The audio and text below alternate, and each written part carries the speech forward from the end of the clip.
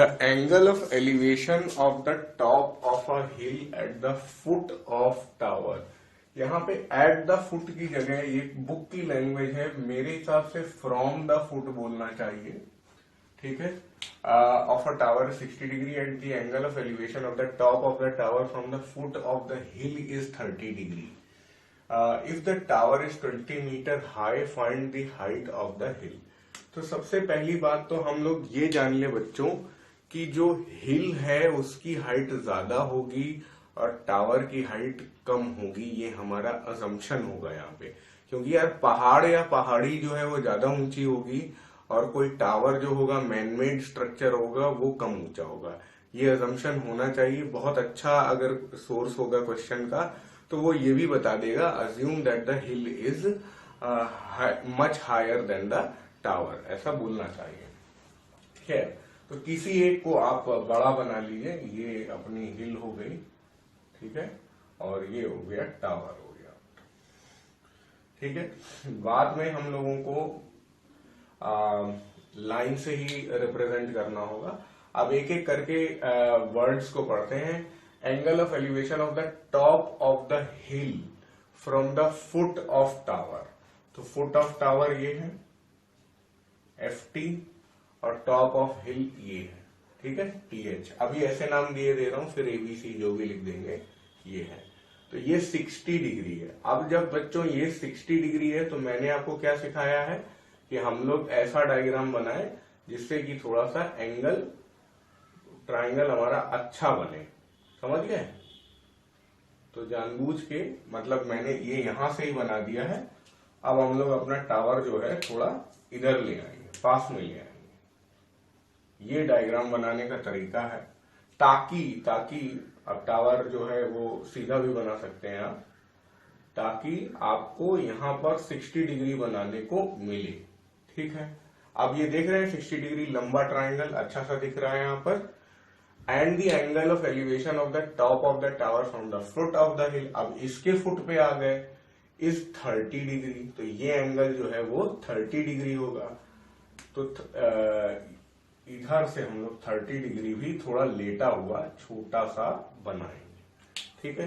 अब हम लोग हिल को गायब कर देते हैं, हिल की हमें अब जरूरत नहीं है, ठीक है। अब ये दो ट्राइंगल बन गए, एक ये छोटा रेड एंगल 30 डिग्री है और बड़ा ब्लैक एंगल जो है वो 60 डिग्री है। ब्लैक को ब्लैक ट्राइंगल ही बना देता हूं मैं। और अब यहाँ पे जो ब्लैक लाइन है वो दिखा रही है हिल को और जो रेड लाइन है वो दिखा रही है टावर को, ये हमें समझ लेना चाहिए, ठीक है। अब दोनों ट्राइंगल हमारे सामने। If the tower is 20 metre high, यानी टावर 20 मीटर है। अब आप नाम दे सकते हैं चाहे तो, यहाँ पे नाम दे दीजिए ABC, ठीक है। टावर को नाम दे देते हैं P, तो टावर PC है और हिल AB, ठीक है। जब हम लोगों को एक ये वैल्यू 20 दी गई है और पहला ही क्वेश्चन आपसे पूछा गया है द हाइट ऑफ द हिल, तो स्ट्रेटजी हमारी ये होनी चाहिए, इस 20 से आप distance between hill and tower निकालिए और इस डिस्टेंस से वापस हाइट ऑफ द हिल निकालिए, ज्यादा अच्छा होगा ऐसा करना। कोई बच्चा सिमिलैरिटी से भी अटेम्प्ट कर सकता है इसको करने का, समझे। ये जो ट्राइंगल है ये लेटा हुआ अगर ऐसे आ जाएगा तो ये इसके सिमिलर हो जाएगा, तब आप बिना ट्रिग्नोमेट्री के भी इसे कर सकते हैं। बट वो सब करने की उतनी ज्यादा जरूरत नहीं है, बट तब भी tan थीटा वगैरह लेना ही पड़ेगा, शायद बिना ट्रिग्नोमेट्री नहीं जा पाएंगे, क्योंकि सिमिलैरिटी यूज करने के लिए एटलीस्ट 3 वैल्यूज हमें पता होनी चाहिए, तब चौथी वैल्यू आती है, तो तब भी ट्रिग्नोमेट्री यूज करना पड़ेगा। तो अब हम लोग बोलेंगे in triangle PBC, in triangle PBC tan 30 degree, बोलते जाइए आप लोग भी साथ में, tan 30 degree is equal to PC divided by BC, ठीक है। चलिए अब आप नहीं बोलिए, एक्चुअली आवाज बहुत ज्यादा गूंज रही है, ठीक है, मत बोलिए, हाँ मत बोलिए, नहीं तो बहुत सारे लोग बोलेंगे तो आवाज बहुत बिगड़ जाएगी। चलिए जब मैं पूछूं तब बोलिएगा, जिसका नाम बोलूं वो बोलिए। ठीक है, tan 30 degree is equal to PC divided by BC. tan 30 degree होता क्या है, √3 होता है। पीसी है कितना 20, तो बीसी कितना हो जाएगा पता नहीं, तो बीसी इज इक्वल टू 20। बिल्कुल सही बताया आपने, शायद नहीं सर्टेनली इतना ही होता है। ठीक है, यहाँ पे 1/√3 आ गया, ये भी 1/√3 आ गया, ये बीसी हो गया पीबीसी। चलिए कौन सा ट्रायंगल, पीबीसी, सही बोल रहे हैं आप। तो BC is equal to 20√3 metre. अच्छा, जब तक आपको यहाँ पे लिखा ना हो कि नियरेस्ट मीटर में बताइए या 3 प्लेसेस डेसिमल में बताइए, तब तक आप कोई पेन मत लीजिए। आप आराम से बीसी जो है 20√3 है, तो आप लिखेंगे देयरफॉर, ये दूसरा पार्ट हम लोग का पहले हो गया, distance between hill and tower is 20√3 metre. भले बुक में, ये बुक का ही एग्जांपल है, भले बुक में उन्होंने ये दिया हो कि √3 की वैल्यू 1.732 रख दिया हो, फिर मल्टीप्लाई वगैरह किया हो, लेकिन जब तक बोर्ड एग्जाम में ये कह नहीं रहा है आपसे कि हमें डेसिमल में आंसर चाहिए, तब तक आप मेहनत करिए ही नहीं। क्यों आप बिना मतलब में परेशान होंगे, है ना। तो यहाँ पर मैं आंसर 20√3 पे ही छोड़ूंगा। ठीक है, अब जब हमें मालूम है कि बीसी जो है ये 20√3 आ चुका है, ये एंगल 30 डिग्री है, अब हमें ट्राइंगल एबीसी में जाना है। ट्राइंगल एबीसी में हाइट ऑफ द हिल मिल जाएगी हमें, तो tan 60 degree is equal to क्या हो जाएगा, AB divided by BC। tan 60 degree जो है, मैं जब बोलूं बेटा तभी आप बोलिए, tan 60 डिग्री केवल √3 होगा। AB हमें कैलकुलेट करना है और BC हम लोग कैलकुलेट कर चुके हैं 20√3। तो AB क्या हो जाएगा, 20√3 इंटू √3, यानी कि 20 into 3, AB is equal to 60 metre. फिर से लिख देंगे देयरफॉर।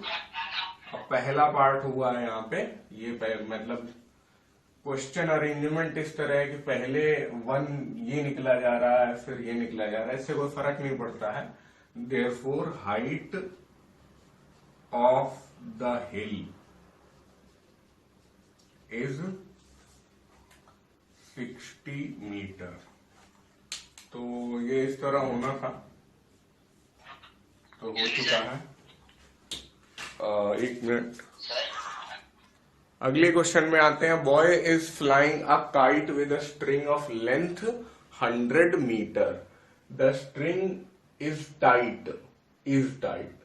चलो इज लिख देते हैं यहाँ पे। And the angle of elevation of the kite is 26 degree 32 minutes. देखिए 26 डिग्री 32 मिनट है, तो 30 डिग्री के आस ही पास है, यानी कि लेटा हुआ ट्रायंगल बनाएंगे हम लोग। तो ये अपना बॉय है यहाँ पर और काइट फ्लाई कर रहा होगा, लेटा हुआ ट्रायंगल है, तो चलो ऐसा बना देते हैं थोड़ा।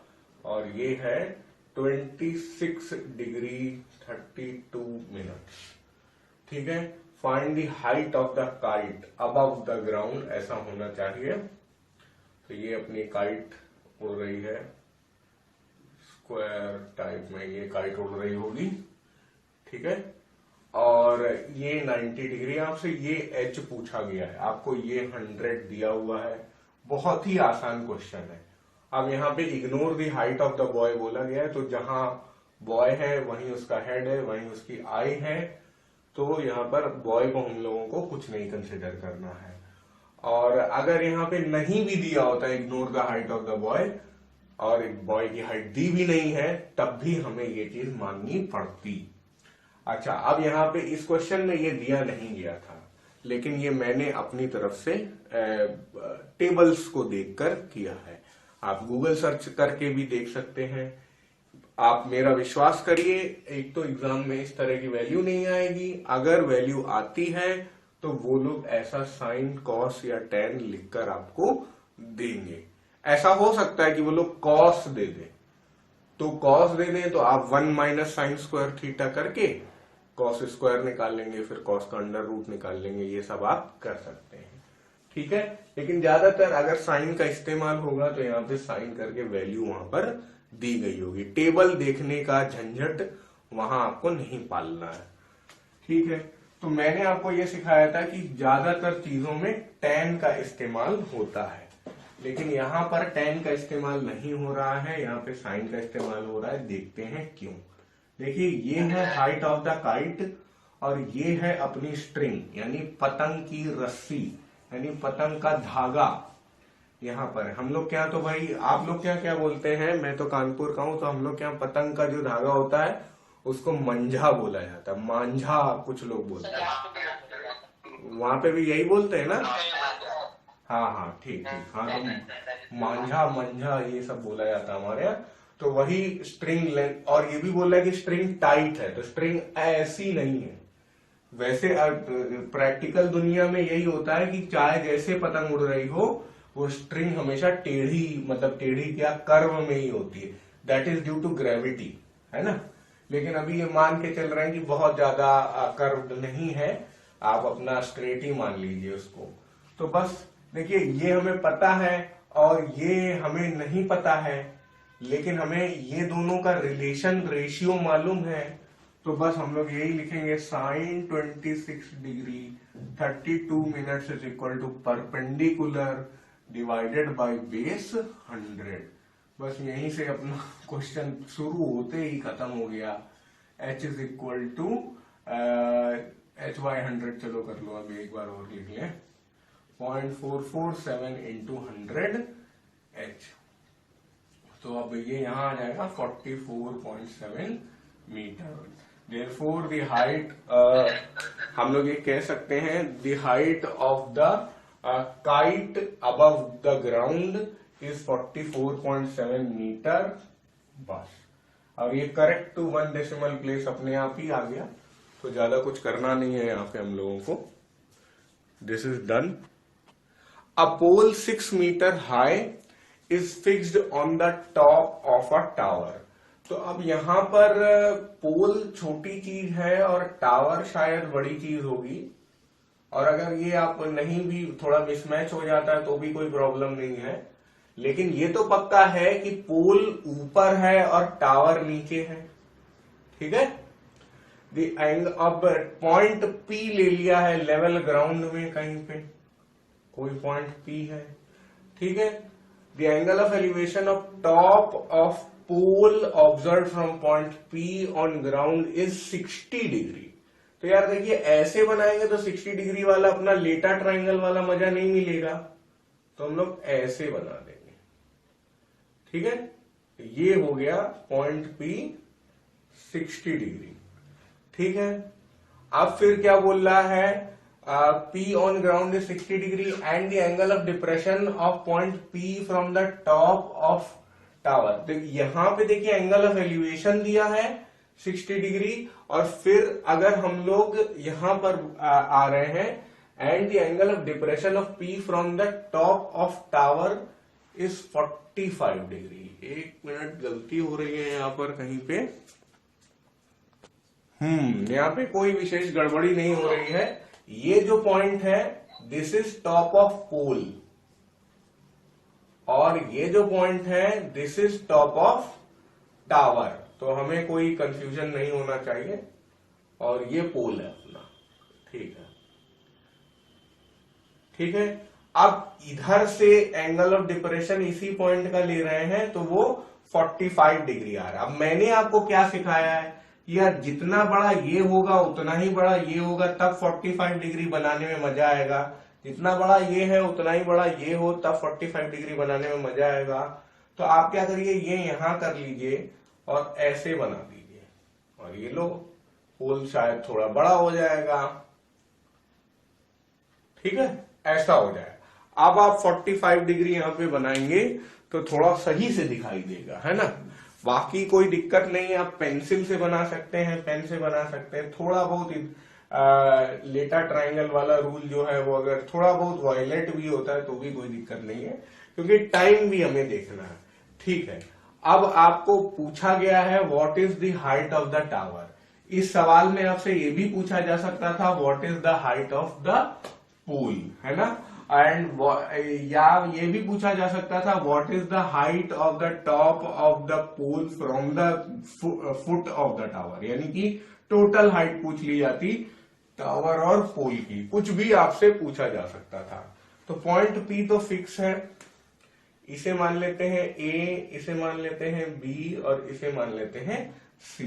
ठीक है, कुछ भी नाम ले सकते हैं, बुक में कुछ और नाम हो सकते हैं, कोई दिक्कत नहीं है, आप फ्री हैं कोई भी नाम लेने से। अब आप हमारा गोल क्या है कि हाइट ऑफ टावर हमें बताना है, तो ये वाली हाइट हमें बतानी है, ये हाइट बतानी है। अगर बच्चों हमें पीसी भी पता चल जाए तो भी बहुत जल्दी हम लोग आंसर बता देंगे। जितना पीसी है उतना ही हाइट ऑफ टावर है, क्योंकि ये 45 डिग्री है। लेकिन आप एक्चुअल एग्जाम में तुरंत जाकर एकदम से नहीं बोल सकते हैं कि PC is equal to BC, ऐसा नहीं बोलेंगे, तब भी आपको वहां tan 45 डिग्री लगाकर दिखाना होगा। ठीक है, तो अब ज्यादा बात नहीं करते हैं। स्ट्रेटेजी हमारी ये रहेगी कि हम लोग पहले क्या करें, पीसी को कैलकुलेट कर लें, फिर इसको कैलकुलेट कर लें। यहाँ पे कुछ दिया नहीं हुआ है क्या, किसी की भी हाइट यहां पर नहीं दी गई है क्या, नहीं, 6 मीटर आपको दिया गया है। पोल इज 6 मीटर हाई ऐसा दिया हुआ है, तो हाइट ऑफ टावर को आप x मान लीजिए। ठीक है, तो अगर आपने हाइट ऑफ टावर को x माना है, लिख लेते हैं late the height of tower is 6 is x। ठीक है, तब तुरंत पहले ही आप दिखा दीजिए ये x है तो ये भी x है। और कैसे दिखाएंगे आप लोग, इन ट्राइंगल, कौन सा ट्राइंगल, पीसीबी।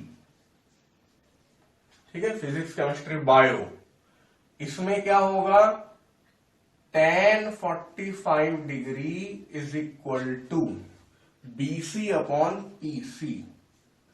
ये होगा tan 45 डिग्री 1 है, बीसी आपने हाइट ऑफ टावर x माना है और पीसी हमें नहीं पता है, तो पीसी भी x हो जाएगा। तो अब जब ये x हो गया तब हमने यहां पे x लिख दिया, इतना नोट करिए।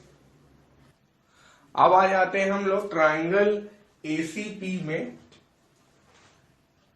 इन triangle ACP, ACP Pradyuman, tan 60 degree is equal to AC divided by PC।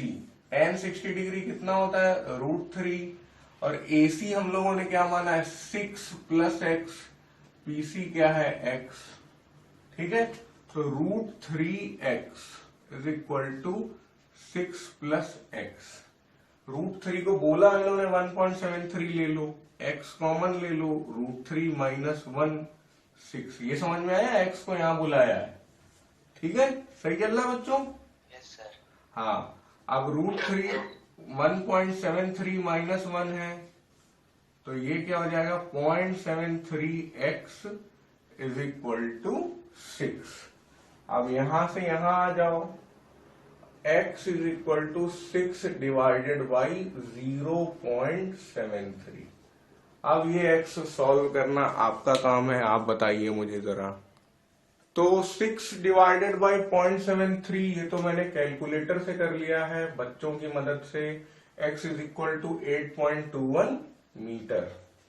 ठीक है, और बुक में 8.19 आ रहा है, तो कोई दिक्कत नहीं है यार, आप 0.732 ले लेंगे तो फिर 8.19 आ जाएगा। लेकिन जब ये खुद ही कह रहे हैं कि 1.73 लेना है, तो भाई वही लेंगे, और वही लेंगे तो ये आंसर आएगा। उनका 8.19 आ रहा है, हमारा 8.21 आ रहा है, दोनों का आंसर 8.2 ही है। अगर राउंड ऑफ किया जाए तो कोई दिक्कत नहीं है। This is the most acceptable answer, this is done now. और बुक ने बहुत ज्यादा मेहनत की है यही सवाल करने में, पता नहीं कितना √3 रैशनलाइज वगैरह सब कुछ किया है, तो वो भी आप ट्राई कर सकते हैं। But I think this is quicker method और this is also totally acceptable in the exam. An electric pole is 10 meter high. A steel wire tied to the top of the pole is affixed on the ground. सबसे पहली बात तो पोल बना लेते हैं, फिर ground बना लेते हैं, और ऐसा एक वायर इसमें लगाया गया है ताकि पोल जो है हमारा आगे की तरफ गिर ना जाए। मतलब होता क्या है बच्चों की, पोल में बिजली के तार लगे होते हैं इस तरह, खूब सारे तार लगे होते, फिर अगला पोल आ जाता है यहाँ पे। लेकिन जो ऐसा होता है बच्चों, मतलब थोड़ा सा सिविल इंजीनियरिंग कर लिया जाए यहाँ पे, जो कि इलेक्ट्रिकल से भी संबंधित है, लेकिन खंबे में गाड़ने वाला काम सिविली वाले करते हैं, फिर उसके बाद तार बिछाने वाला इलेक्ट्रिकल वाले काम करते हैं। तो खूब सारे पोल हैं ऐसे, तो उसमें क्या होता है, ये ऐसे ऐसे वायर लगे हुए हैं सब में। अब ये जो बीच वाले पोल्स हैं इनमें तो कोई दिक्कत नहीं होती, ये तो इधर से भी वही फोर्स लग रही, इधर से वही फोर्स लग रही, तो बैलेंस होते। लेकिन किनारे वाले खंबे जो होते हैं, अगर इसमें ये वाला वायर ना लगाया जाए तो ये खींच के आगे ये पोल फिर टेढ़ा हो जाएगा। जब बारिश वगैरह होगी, मिट्टी गीली होगी, तो ये पोल अपनी जगह पे नहीं रहेगा, ये टेढ़ा हो जाएगा और वायर स्लैग कर जाएंगे, जमीन में गिर जाएंगे, कुछ प्रॉब्लम्स हो सकती हैं। इसलिए हम लोग ऐसे एक वायर लगा देते हैं, एक या 2-3 भी लगा देते हैं, आपने देखा भी होगा कई जगह। तो वो इसलिए लगाते हैं ताकि पोल अपना बैलेंस्ड रहे। ऐसा बुक में क्वेश्चन में लिखा भी हुआ, affixed on the ground to keep the pole stable, ऐसा कुछ लिखा है बुक में। If the wire makes an angle of 45 degree, तो मैंने पहले से ही चालाकी से वायर को 45 डिग्री के ही आसपास इक्वल वाला रखा है, ठीक है। Angle of 45 degree with the horizontal through the foot of the pole. और इसमें ये सब वायर वगैरह भी आपको बनाने की जरूरत नहीं है, ये वाला पोल है और ये वायर है, बस ये स्टेबिलिटी वायर है, इसमें बिजली नहीं जाती है। इसमें बिजली जाएगी तो यहाँ पे होता है, आप देखते हैं कि ये जो वायर है इसमें भैंस आकर ऐसे ऐसे भी करती है, अपना मतलब खुजली करती है। तो अगर इसमें बिजली होगी तो भैंस को करंट लग जाएगा, तो ऐसा नहीं होता है प्रैक्टिकल लाइफ में। ये वायर न्यूट्रल होता है, लेकिन मजबूत ये भी बहुत होता है, ठीक है।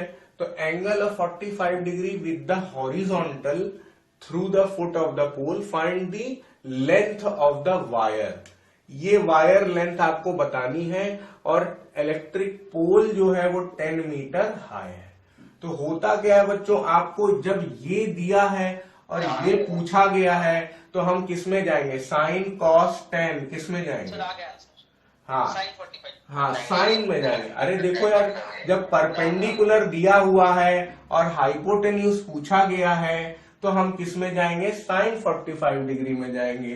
तो अब पोल ए बी है, और पॉइंट जो ऑन ग्राउंड है उसका कोई नाम तो दिया नहीं है, उसको हम लोग सी मान लेंगे। इन ट्राइंगल एबीसी बोलेंगे, साइन 45 डिग्री, और sine 45 degree is equal to 10 divided by wire. Wire की लेंथ आप x मान ले, l मान ले, मैं l मान ले रहा हूं। साइन 45 डिग्री होता है, साइन 45 डिग्री होता है कितना, 1/√2। 10 यहां आ गया, l यहां आ गया, l इज इक्वल टू 10√2। √2 की वैल्यू इसमें पूछी नहीं गई है, लेकिन वैल्यू आपको लेनी होती 1.414। देखिए भाई बोलिए नहीं मैं जब तक पूछूं ना, क्योंकि वो आवाज फिर बड़ी डिस्टर्बिंग हो जाती है, ठीक है। हाँ, L is equal to 10 into 1.414 ले लेंगे हम लोग, तो L आ जाएगा आपका 14.14 मीटर, ठीक है। लेकिन फिर भी हमेशा की तरह मैं बोलूंगा, जब तक एग्जाम में यहाँ पे कुछ बोला नहीं गया है, ना आपको √2 का हिंट दिया गया है, और ना ही आपको बोला गया है कि डेसिमल प्लेस का क्या करना है, तो आप आंसर यही मार्क करके आएंगे। आईसीएससी इसी को एक्सेप्टेबल करेगा। आप ये इतनी एक्स्ट्रा मेहनत कर लेंगे तो इसके कोई मार्क्स कटेंगे तो नहीं, लेकिन आपका टाइम बर्बाद होगा, जो कि मैं बिल्कुल नहीं चाहूंगा, ठीक है, तो यहाँ पे साइन वाला फिर से ये काइट जैसा क्वेश्चन हो गया, जहां पर हम लोग साइन 45 डिग्री को डील कर रहे हैं। अब इधर मैं आपको एक कुछ ट्रिक्स और सिखाऊंगा, ठीक है, पहले आप इसे नोट कर लें। ये जो ट्रिक है ये वैसे ऑब्जेक्टिव एग्जाम में बहुत काम आएगी, और यहाँ बोर्ड एग्जाम में तो आप ना ही अप्लाई करें तो अच्छा है, बट ओरली इससे आपको एटलीस्ट आंसर पता रहेगा, ये यहाँ पे बेनिफिट होगा। आप वहां पर एग्जाम में लिख नहीं सकते, लिखना में तो आपको सब tan 45 degree is equal to sin 60 degree is equal to सब कुछ आपको कायदे से करना पड़ेगा। In triangle ABC let the height of the pole be x, ये सारी मेहनत आपको करनी पड़ेगी, सब लिखना पड़ेगा, ठीक है। लेकिन डायग्राम बनाते ही आपको कुछ हिंट मिलेगा। जैसे मैंने आपको क्या सिखाया था, 60 डिग्री का जो ट्राइंगल बनाइए आप, वो थोड़ा खड़ा टाइप का बनाइए। अरे यार, ठीक है, चलिए, कई सारे ट्राइंगल बन गए यहाँ पे। हाँ, 60 डिग्री जब बनाइए तो खड़ा बनाइए, और 30 डिग्री जब बनाइए तो पड़ा बनाइए, ये भी सीख चुके हैं हम लोग।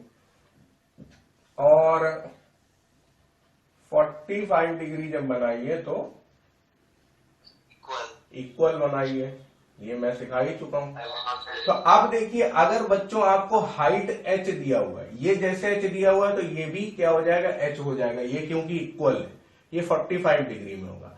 ये h है, ये h है, तो ये वाला √2h हो जाएगा, ये आप याद कर सकते हैं। ये पाइथागोरस थ्योरम से भी हो जाएगा, लेकिन आप ये डायग्राम ही रट लें अगर, तो बहुत अच्छा होगा। ये h है, ये तो ये h अपने आप हो जाएगा, ये h है तो ये h अपने आप हो जाएगा, दोनों में से कोई भी h दिया हुआ है तो ये √2h अपने आप हो जाएगा। ये अपने आप में पाइथागोरस से भी आ रहा है और ट्रिग्नोमेट्रिक रेशियोज से भी आ रहा है। एक और चीज कर सकते हैं आप लोग यहाँ पे, जैसे 45 डिग्री, इसमें दो ही केस बनते हैं,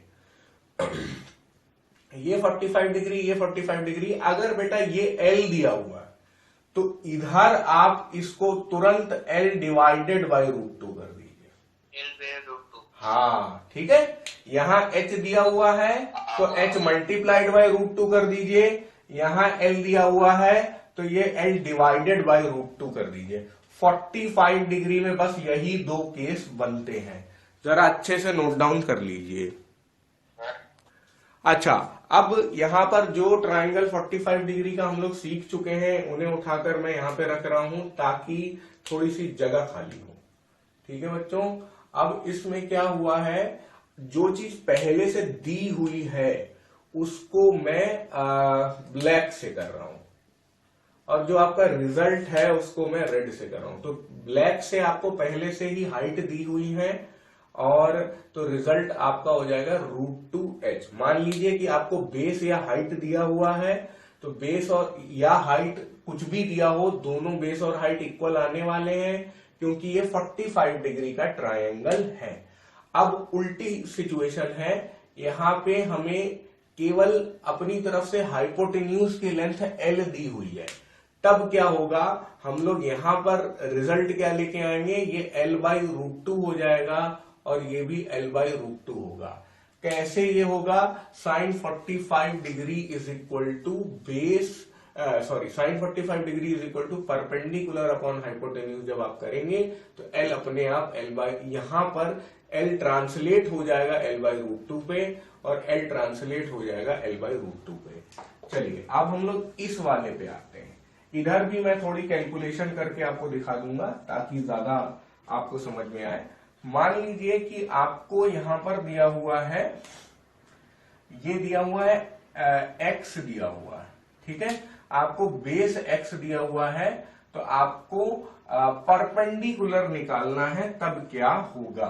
तो मान लीजिए अब कैलकुलेशन हम लोग करते हैं, तब क्या हो जाता है, साइन, अच्छा जो गिवन है वो हम लोग काले से लिख रहे हैं ना, तो गिवन वाला काले से कर देते हैं x, ठीक है। तो अगर मान लीजिए हमें परपेंडिकुलर निकालना है, तो साइन पे नहीं, हम लोग tan पे जाएंगे, ये और ये, tan 60 degree is equal to x divided by जो भी परपेंडिकुलर है, ठीक है, परपेंडिकुलर को मैं P मान ले रहा हूं। tan 60 डिग्री होता कितना है, √3 होता है, और यहाँ x इज इक्वल टू, यहाँ पे अगर P है तो P क्या हो जाएगा, P परपेंडिकुलर जो है वो आ जाएगा आपका कितना, अच्छा P/x होना चाहिए, ये कह रहे हैं आप, हाँ बिल्कुल सही कह रहे हैं, परपेंडिकुलर अपॉन बेस x, ठीक है। अब उसके बाद यहाँ पर P आप जब कैलकुलेट करेंगे तो क्या आ जाएगा P आपका, √3x, ठीक है। तो यानी कि हमने ये सीखा, अगर ये x दिया है तो ये अपने आप क्या हो जाएगा, √3x। अब ये मैंने क्यों सिखाया था आपको कि 60 डिग्री में खड़ा ट्राइंगल बनाएं, ताकि आपको दिखे कि ये छोटा है और ये वाला बड़ा है। √3 वैल्यू जो है ग्रेटर देन 1 है, 1.732 है बच्चों, तो 1.732 जब x से मल्टीप्लाई होगी तो जाहिर है इसकी लेंथ x है तो इसकी लेंथ x से ज्यादा ही होगी, इसलिए 60 डिग्री में ऐसा खड़ा ट्राइंगल बनाएंगे तो ये गिवन अगर x है तो ये √3x हो जाएगा। अब अभी एक और चीज बाकी है कि अगर ये x है तो ये कितना होगा, हालांकि इसकी कम जरूरत पड़ती है लेकिन तब भी हम लोग कर लेते हैं। cos 60 degree is equal to, अब ये जो है हाइपोटेन्यूज को हम लोग h मान लेते हैं यहाँ पर, ठीक है। cos 60 degree is equal to h divided by x, नहीं x डिवाइडेड बाई h हम लोग करेंगे, ठीक है। और cos 60 डिग्री कितना होता है, 1/2, तो x डिवाइडेड बाई h हो जाएगा। तो x यहां से आपका आ जाएगा, h कैलकुलेट हमें करना है क्योंकि गिवन x है, h इज इक्वल टू हो जाएगा 2x, क्रॉस मल्टीप्लाई आप करेंगे तो h is equal to 2x होगा। देखिए cos में क्या होता है, बेस अपॉन हाइपोटेन्यूज, तो x डिवाइडेड बाई h हम लोगों ने किया है, तो h की वैल्यू आ जा रही है यहाँ पे कितनी, 2x, ठीक है। यहाँ पे ये कितनी आ रही है, 2x। तो हम लोगों ने जो सीखा वही हम यहाँ पे करेंगे कि आप अब जब भी 60 डिग्री वाला ट्राइंगल बनाएंगे तो अगर आपको बेस दिया हुआ है तो बेस का डबल होगा हाइपोटेन्यूज और बेस का √3 टाइम्स होगा परपेंडिकुलर। और मजे की बात यह है कि जो काम यहां पे करेंगे, अगर गलती से यहां पे हमें x दिया है तो x ये वाला छोटा वाला, अब देख रहे हो ना ये 60 डिग्री है तो यहां पे ये भी तो 60 डिग्री होगा, ठीक है। तो ये जो छोटा वाला अगर x हमें पता है तो फिर से ये 2x हो जाएगा और ये फिर से √3x हो जाएगा, ठीक है।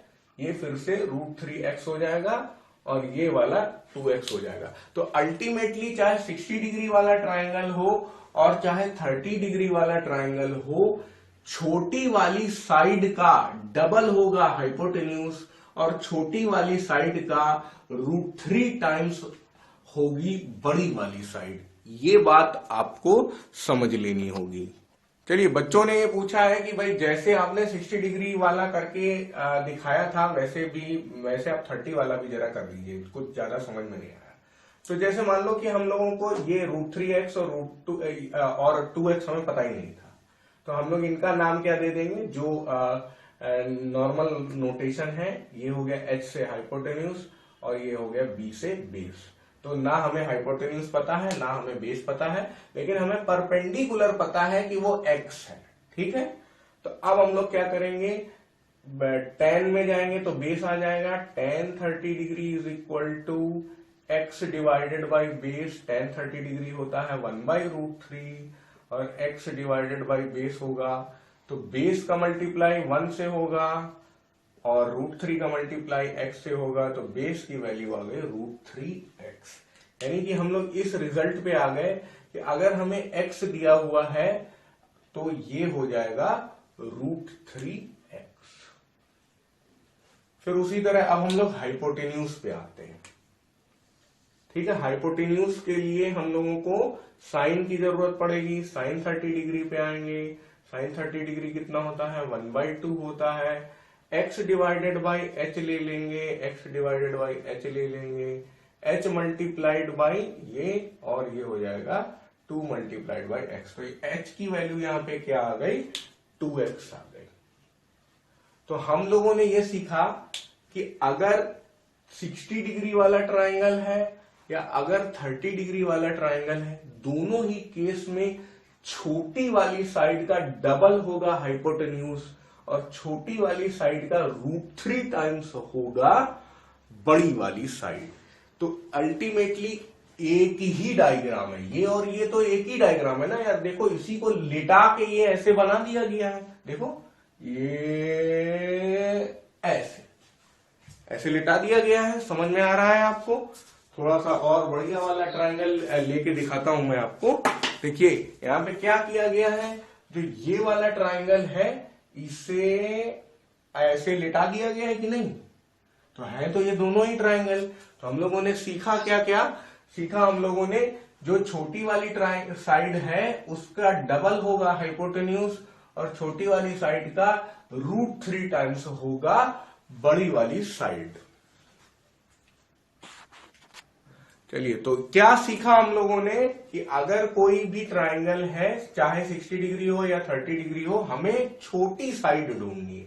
छोटी साइड अगर हमें पता है x, तो उसकी जो बड़ी वाली साइड हो जाएगी वो हो जाएगी √3 टाइम्स x, और जो सबसे बड़ी साइड यानी कि हाइपोटेन्यूज हो जाएगी वो हो जाएगी 2 टाइम्स x। ठीक है, तो केवल आपको एक तरीके से ये भी यार देखिए, ये और ये एक ही डायग्राम तो है। यहाँ पे डिवाइड, यहाँ पे मल्टीप्लाइड बाय √2 हो रहा है, यहाँ पे डिवाइड बाय √2 हो रहा है। तो एक तरीके से ये डायग्राम और ये डायग्राम, केवल 2 डायग्राम आपको याद करने हैं, और पूरी हाइट्स एंड डिस्टेंसेस में जितने भी स्टैंडर्ड एंगल वाले सवाल हैं वहां पर आपको पिक्चर देखते ही आंसर गेस होना शुरू हो जाएगा। ये इस ट्रिक की पावर रहेगी। बाकी अब लेकिन एग्जाम में लिखना आपको एज अ स्टूडेंट ही पड़ेगा, वहां आपको वो मेहनत तो करनी होगी। A vertical tower is 20 metre high. ठीक है भाई, टावर अपना क्या है, 20 मीटर हाई है। A man is standing at some distance from the tower. आदमी जो है थोड़ी डिस्टेंस पे खड़ा हुआ है। अब आदमी की हाइट वगैरह कुछ बोली नहीं गई, तो आदमी को बहुत छोटा मान लीजिए। ठीक है, यहाँ पे ignore the height of the man. और ये वो जानता है कि cos of the angle of elevation जो है वो ऐसा है, cos theta, given cos theta is equal to 0.53। ये खुद ही आपको समझना। How far is he standing, far यानी डिस्टेंस, ये मैन m है, फुट ये है, और टावर की का हाईएस्ट पॉइंट T है। मान लिया MFT ले लेते हैं, क्या दिक्कत है। मैन यहां खड़ा है, फुट यहां पे है, तो आपसे पूछा गया how far is the man standing from the foot of the tower, यानी कि हम लोगों को MF निकालना है। तो बस कॉस 30 डिग्री, कॉस थीटा, यहाँ पे कोई एंगल तो है नहीं, is equal to TF divided by MF। नहीं, वो तो tan हो जाएगा। अब यहाँ पर आपको ओके, देखिए यहाँ पे सिचुएशन ये है कि अगर हम लोग ये गिवन है इससे करना चाहें तो नहीं हो पाएगा, लेकिन अगर हम लोग ये करें, मान लीजिए इन ट्राइंगल, आप देखते ही जाइएगा, पूरा जो आईसीएससी में लिखने वाला तरीका है वो मैं बता रहा हूं। In triangle TFM tan theta is equal to, tan theta is equal to कितना होता है, कितना होगा यहाँ पे, TF डिवाइडेड बाई MF। ठीक है, और tan थीटा जो है वो TF कितना है, 20 है, और MF कितना है, ये है।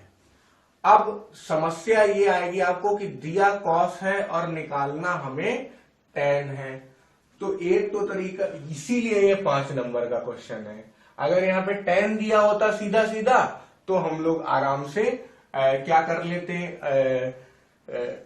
जल्दी से कर लेते, और तब ये 2 ही मार्क्स का होता या 3 मार्क्स का होता। तो एक तो तरीका ये है कि आप कॉस से किस में जाएं, सेक में जाएं, और सेक से आप tan में जाएं।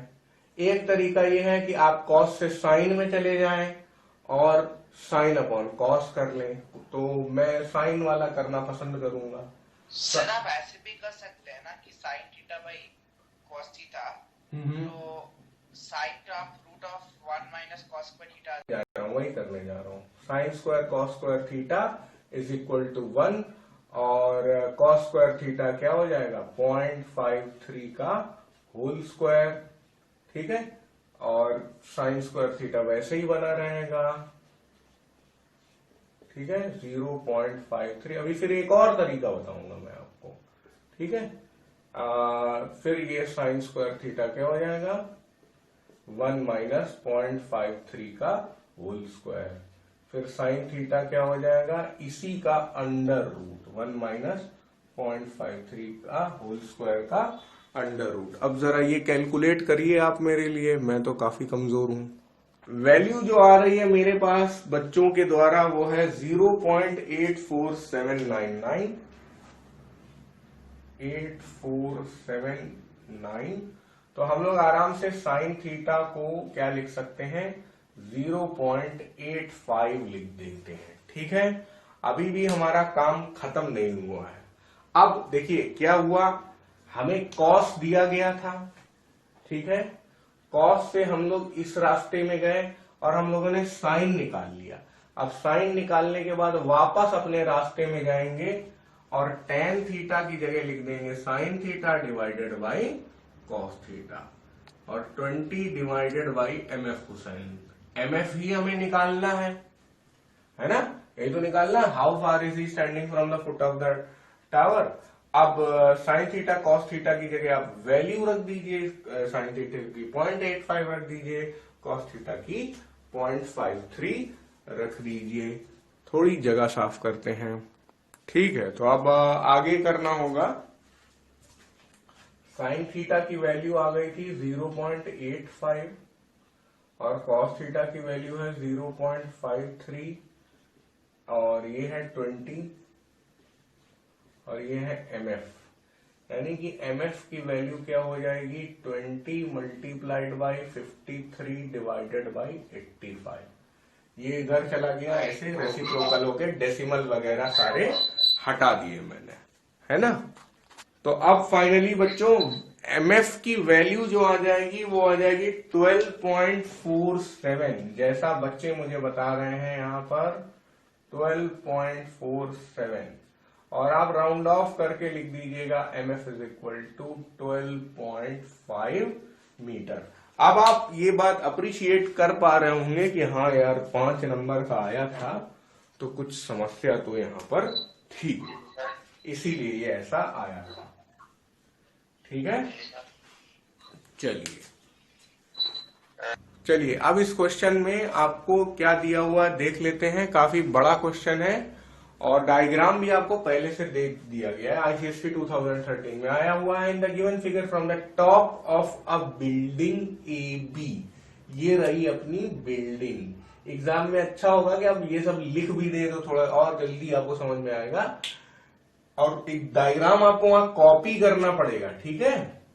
डायग्राम कॉपी किए बिना वहां काम नहीं होगा।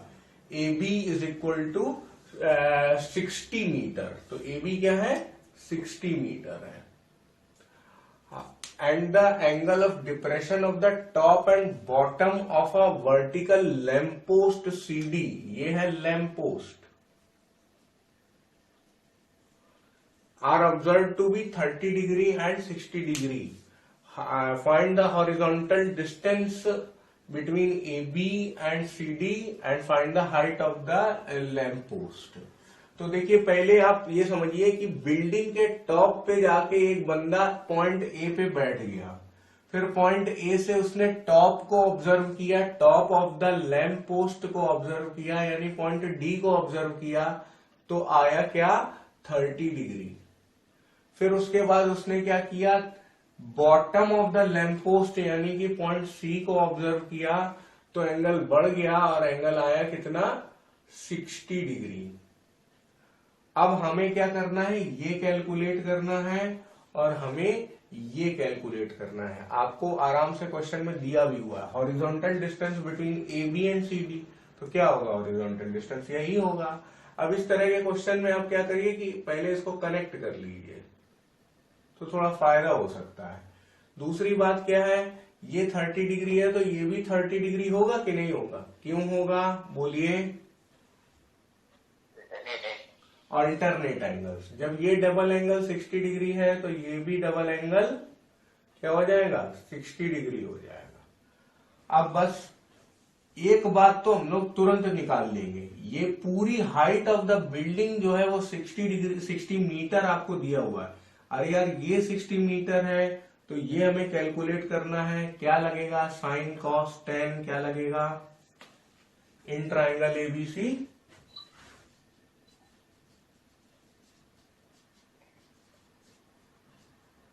बोलो क्या लगेगा। हमें ए बी पता है हमें 60 मीटर और बीसी हमें कैलकुलेट करना है। बीसी ही तो है distance between building and lamp post. तो भाई ए बी क्या है, परपेंडिकुलर, और बीसी क्या है, बेस। तो परपेंडिकुलर अपॉन बेस किस में यूज होता है,